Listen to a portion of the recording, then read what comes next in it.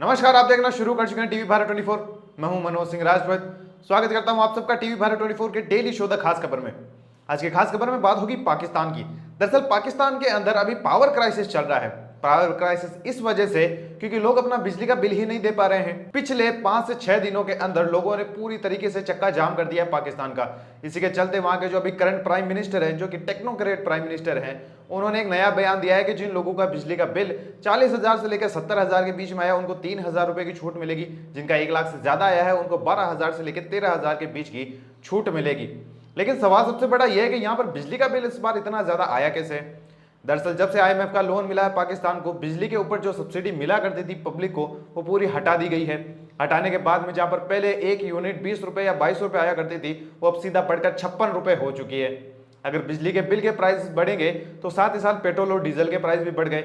जहां पर पहले हुआ करते थे 230 रुपए, 240 रुपए, अब वो बढ़ते बढ़ते बढ़ते 310 रुपए, 311 रुपए और 305 रुपए हो चुके हैं। जहां पर डीजल की रेट 311 है और पेट्रोल की 305। वहीं डॉलर की बात करें तो वो भी ऑल टाइम हाई पे 306 के पार है। वहीं दाल, चीनी, आटा, अगर किसी की कीमत की आप बात कर लें तो हर एक चीज के ऊपर रेटें बढ़ चुकी है। इतनी बढ़ चुकी है कि लोगों की इनकम नहीं है उतनी, उससे ज्यादा तो लोगों के खर्चे हो चुके हैं।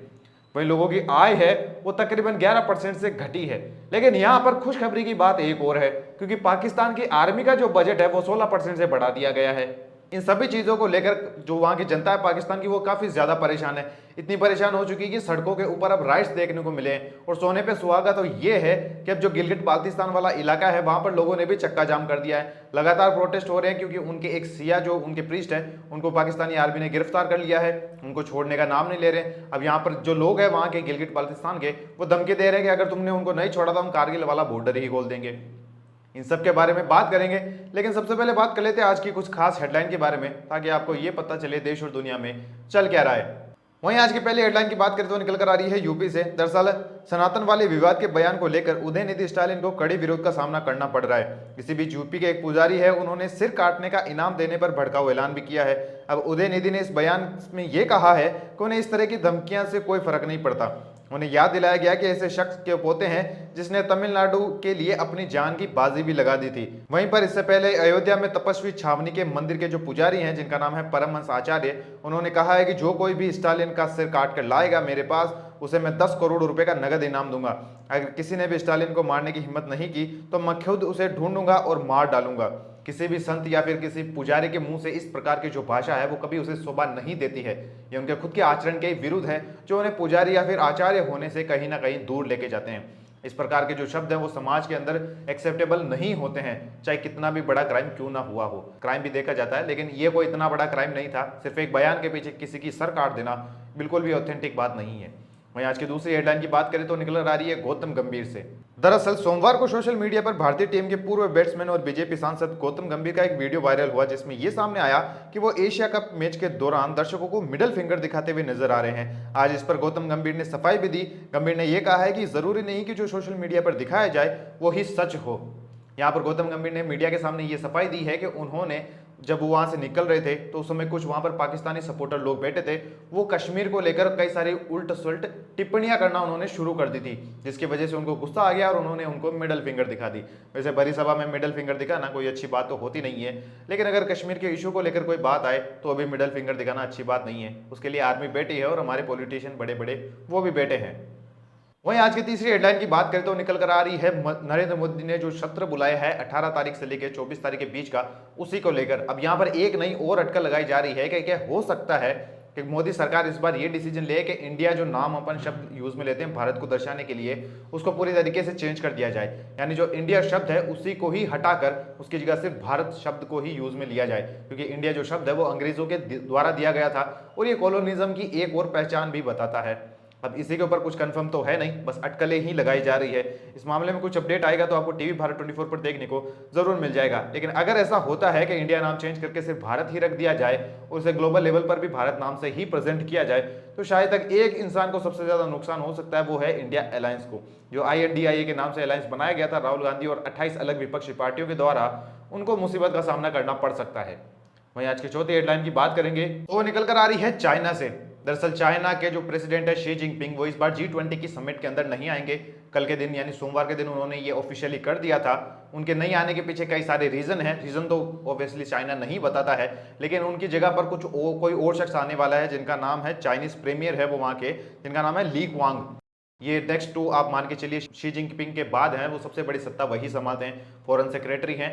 उनके बाद वो आएंगे और G20 के अंदर अपना भागीदारी निभाएंगे। लेकिन सबसे बड़ा धक्का ये भी है कि रशिया के जो पुतिन है वो भी नहीं आ रहे हैं। अब ये दर्शाता क्या है कि जो चाइना की ओवरऑल ग्लोबल पे जो पकड़ है उसको कमजोर दिखाता है। ऑफिशियली कोई रीजन तो नहीं है, लेकिन रीजन ये भी बताए जा रहे हैं कि चाइना की जो इकोनॉमी है वो एकदम फ्रजाइल कंडीशन के अंदर है। उनके एक्सपोर्ट इंपोर्ट वो भी काफी ज्यादा हद तक कम हो चुके हैं। लगातार कंपनियां बाहर जा रही है, इन्वेस्टमेंट खत्म होता जा रहा है। पब्लिक है जो वो लोन ले नहीं रही है, बल्कि ज्यादा से ज्यादा FD करवा रही है बैंकों के पास में। इसकी वजह से बैंकों के पास में भी इतना सारा पैसा इकट्ठा हो गया है कि वो किसी को लोन भी नहीं दे सकते। तो इसी चक्कर में अब वो रशिया को लोन देने जा रहे हैं $10 बिलियन का। इसी चक्कर में पुतिन है वो अगले महीने के अंदर चाइना जाके अपनी सबमिट करने वाले हैं, जिसके बाद ये $10 बिलियन का लोन है वो रशिया को मिल जाएगा। ये सारा इन्वेस्टमेंट है जो कि चाइना की 4 बड़ी बैंक्स मिलकर रशिया को देने वाली है। अब बात करेंगे आखिर के अंदर आज की खास खबर के बारे में। दरअसल पाकिस्तान की जो हालत है वो काफी ज्यादा खराब हो चुकी है। खराब होने इन द सेंस ये है कि उनकी जो महंगाई है वो लगातार बढ़ती जा रही है, वो 27% को भी क्रॉस कर गई है। कई एस्टिमेट के अंदर उसे 34% के आसपास बताया जा रहा है। करप्शन जो है वो अपने हाई लेवल पर है। अभी आपने न्यूज सुनी होगी कि पिछले महीने ही कोई एक जूनियर इंजीनियर था, उसके घर से तकरीबन 2 बिलियन पाकिस्तानी रुपीज मिले हैं, यानी 2 अरब पाकिस्तानी रुपीज एक जूनियर इंजीनियर के घर से मिले हैं। उसके बाद में कई सारे ऐसे राजनेता है जो कि आए दिन उनके घर से पैसे पकड़े जाते हैं। पाकिस्तान के अंदर जो हर एक पॉलिटिशियन या फिर जो इस्टेब्लिशमेंट से किसी भी तरीके से कोई शख्स जुड़ा हुआ है वो पूरी तरीके से करप्शन के अंदर लिप्त है एकदम। वहीं शहबाज शरीफ की बात करें तो जैसे ही उन्होंने टेक्नोक्रेट गवर्नमेंट को बिठाया वो खुद लंदन भाग गए। अब वहाँ जाकर उनकी भी सोशल मीडिया पे पिक्स वायरल हो रही जहाँ पर वो iMac दिखाई देते हुए किसी को दिखाई दे रहे हैं। अब इसी को लेकर लोग उन्हें लगातार ट्रोल भी करते जा रहे हैं। पाकिस्तान की बात करें तो वहाँ पर पावर क्राइसिस है वो इतनी हद तक बढ़ चुका है कि लोग अपने बिजली के बिल भी नहीं भर पा रहे हैं। इसकी वजह से कुछ लोगों के सुसाइड करने तक की खबरें निकलकर सामने आई है।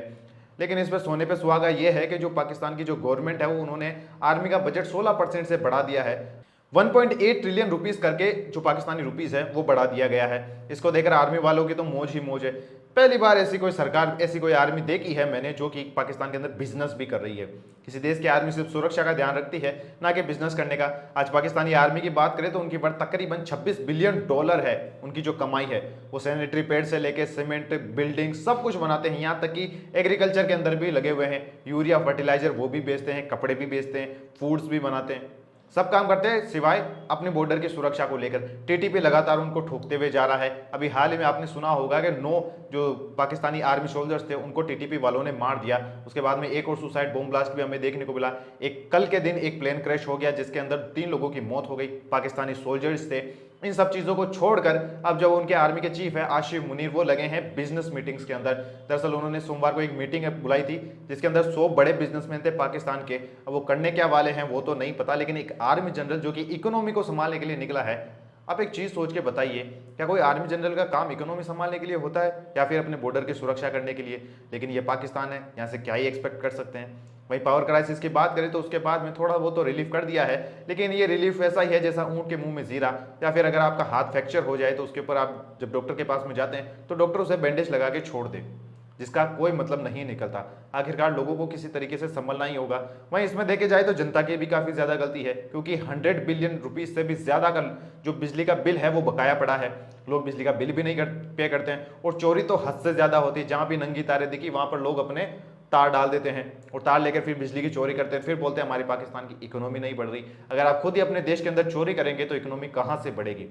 इस तरह से ही चलता रहा तो आने वाले टाइम में पाकिस्तान 5 टुकड़ों में टूट जाएगा, जो कि साफ सीधी सी बात है, बिल्कुल टूटेगा। इसके 5 टुकड़े होंगे, उनमें से कश्मीर और जो सिंध वाला इलाका है वो तो इंडिया के पास वैसे ही आ जाएगा। आज के इस वीडियो में बस इतना ही। मैं मिलता हूं कल फिर आपसे एक और वीडियो के साथ में। तब तक देखते रहिए टीवी भारत 24। जय हिंद, जय भारत।